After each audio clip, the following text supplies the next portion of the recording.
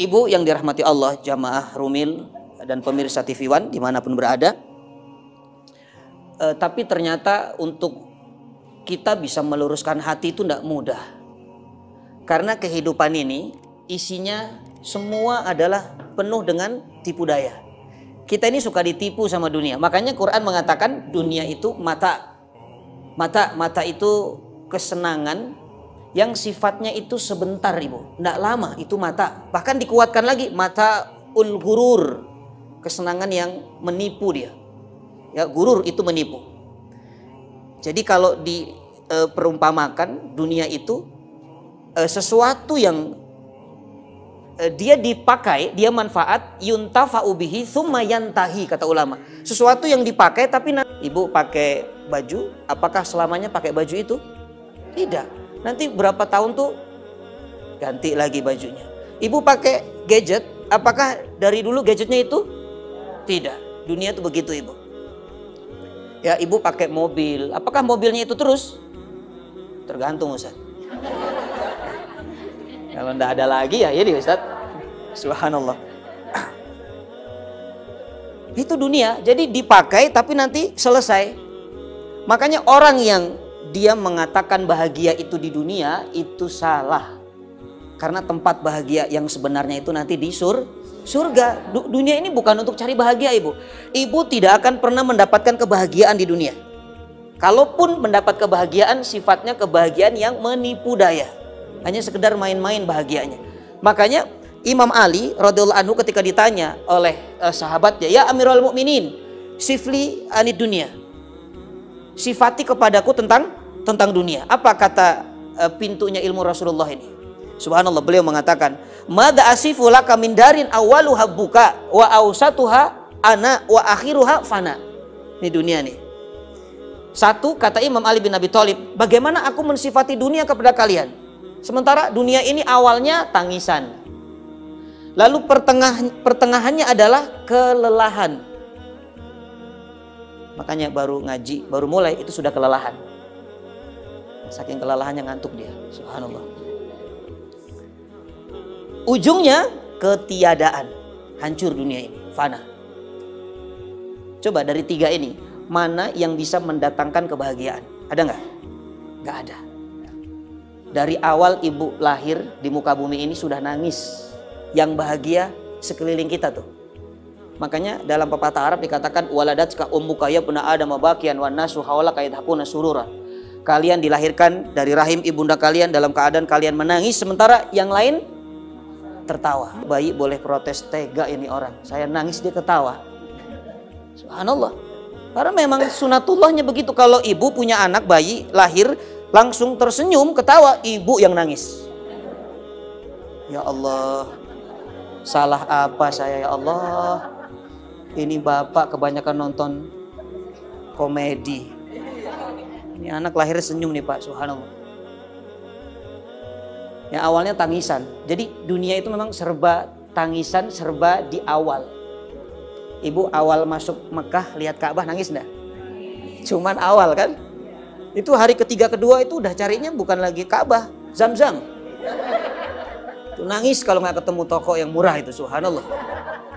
Ya, awalnya saja nangis. Ibu terharu mendapat kabar bahagia. Wah, entah apalah kabarnya. Suami naik jabatan ataupun mendapat apa yang dicita-citakan. Nangis enggak itu? Nangis terharu. Tapi awal. Selanjutnya kata Imam Ali, kelelahan, capek. Itu bayi kecilnya nangis, mau tumbuh gigi, badannya demam, Ibu. Ya mau jalan harus merangkak dulu, jatuh bangun. Saya punya keponakan itu umur 5 tahun. Dari umur 3 tahun itu sudah jatuh bangun. Berapa kali kepalanya itu terbentur dan lebam. Ya jadi memang kecapean.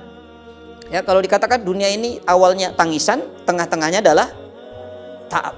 Bahkan surah Al-Balad ayat 4 Allah sudah memvonis manusia, laqad a'udzubillahi minasyaitonirrajim, laqad khalaqnal insana fi kabad. Fi kabad. Kabad itu artinya apa? Kabad itu kata ulama ta'ab. Ta'ab itu capek. Jadi sungguh, bahkan di situ ada harfu taukid. Sudah lam lalu qad itu 2 kali penguatan.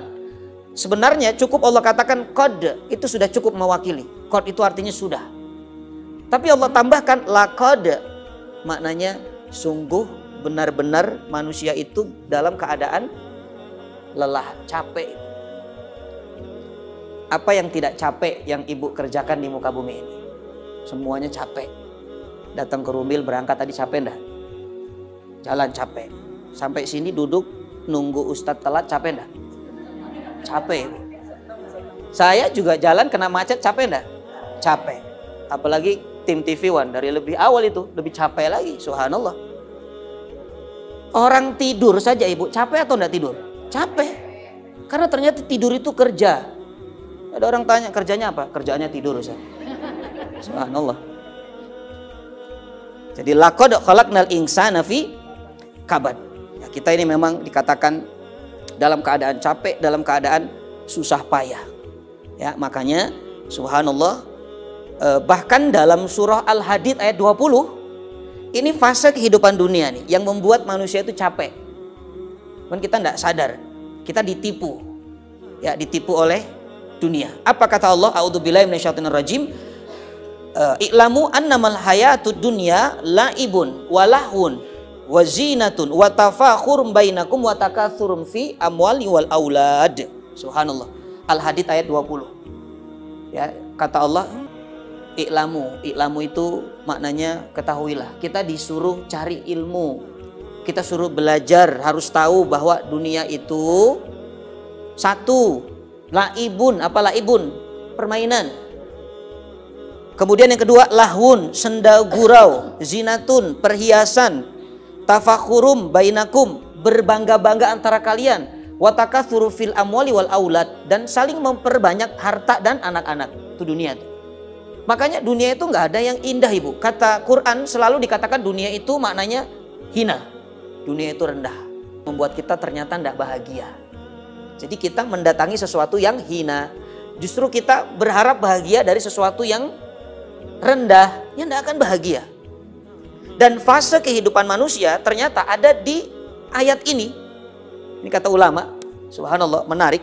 Kalau kita renungkan kehidupan kita, yang pertama, kita ini semua manusia pasti fase pertama laibun. Laibun itu main-main, itu anak kecil tuh. Anak-anak itu dari usia 1 tahun sampai 15 lah kira-kira, itu laibun. Udah kerjaannya main saja. Apapun jadi mainan. Itu anak-anak. Tapi nanti usia 16 tahun, 17, ya, usia remaja itu, dia sudah bukan lagi main, tapi dia sudah dikatakan lahun. Banyak melakukan sesuatu yang sia-sia. Tidak ada manfaatnya tuh. Jadi rasa ingin tahunya, rasa coba-cobanya sudah mulai ada. Itu anak-anak yang sudah usia 16, 17 dan seterusnya itu. Nanti masuk usia tua, ya dewasa dulu.